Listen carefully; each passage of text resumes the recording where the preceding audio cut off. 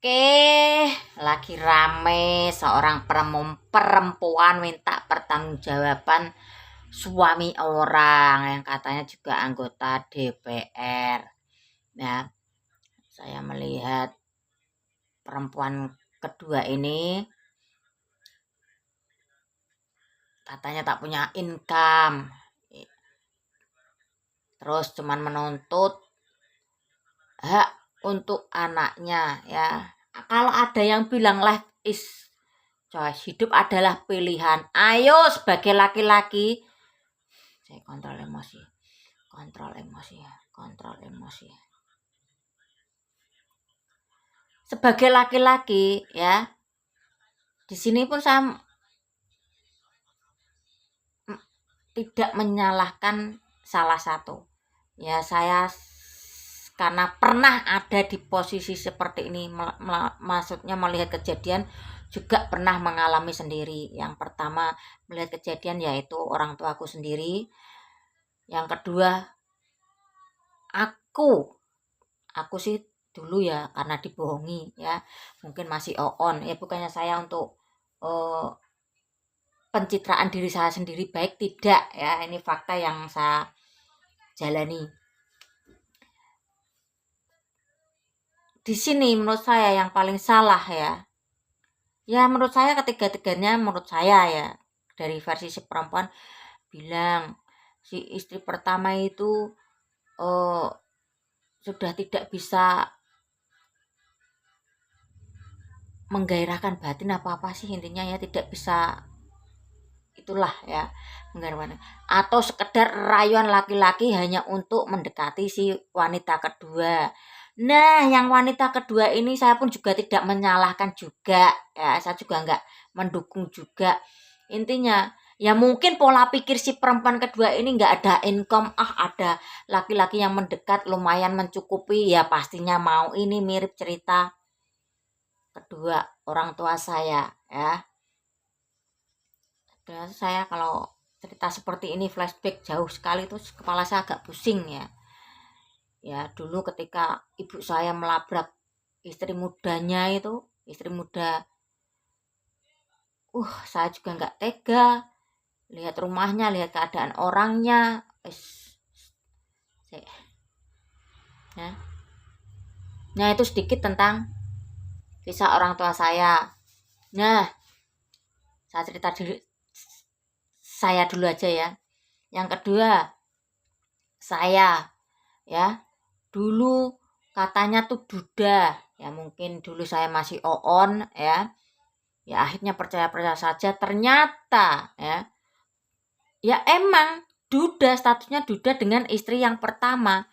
Yang kedua ini pacar seperti saya juga, hamil juga, selisihnya cuma 2 bulan ya. Jadi ketika si pacar pertama ini hamil, dibawa kabur kakaknya si perempuan ya, istilahnya itu disembunyikan lah ya. Ketika itu si laki-laki ini mendekati saya ya karena mungkin dulu saya masih on ya, masih umbelen ya, jadi ya tertarik lah, karena face-nya juga lumayan ganteng ya nggak munafik sih ya, orang ganteng itu kalau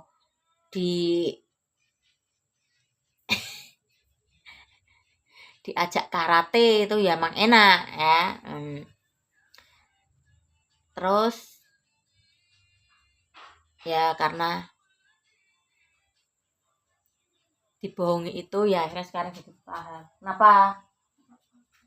Nah, buat orang-orang single, ketika ini pesan saya ya, ketika ada orang yang mendekat ya, kalau si laki-laki ini mengaku duda, pastikan surat cerainya ya, pastikan juga kalau bisa ketemu sama istrinya, benar sudah pisah apa belum ya. Kalau perlu itu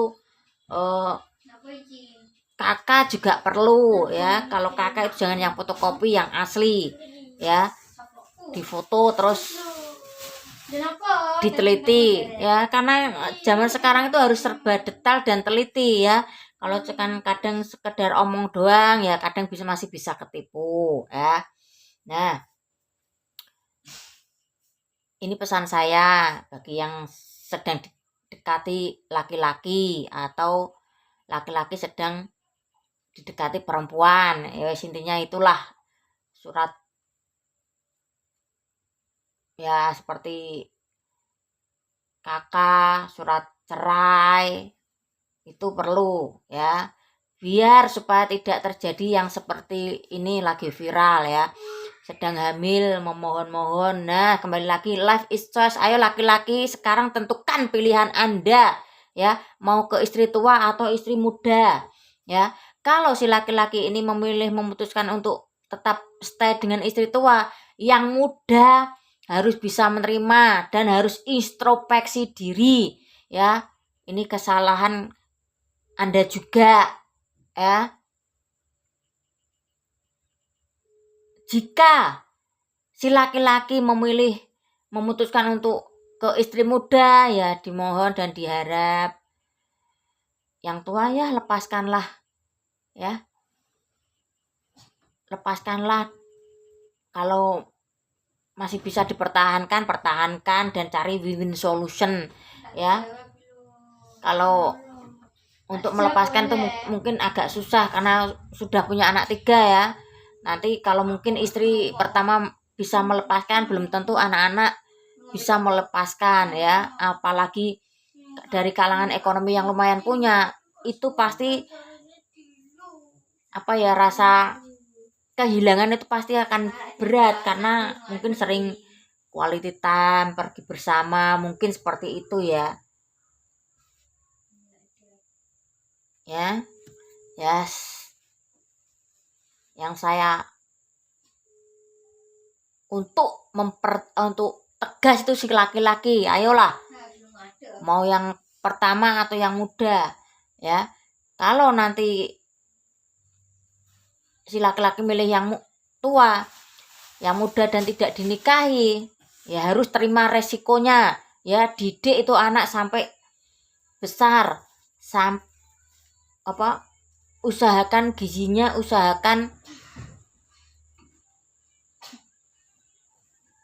kebutuhannya ya. Dan katanya Anda itu tidak punya income. Nah, mulai sekarang itu juga harus mencari income, masukan ya. Jangan mengandalkan suami orang ya. Kalau sudah begini jadinya gimana? Anda juga harus bertanggung jawab pada diri Anda dan anak Anda. Mungkin cukup saya jadi emosi kalau melihat orang-orang seperti ini. Kalau mungkin gak kerudungan nus, gak masalah. Ini lo kerudungan brukut lo, gumen aku kok ya. Emosi saya tuh di situ ya.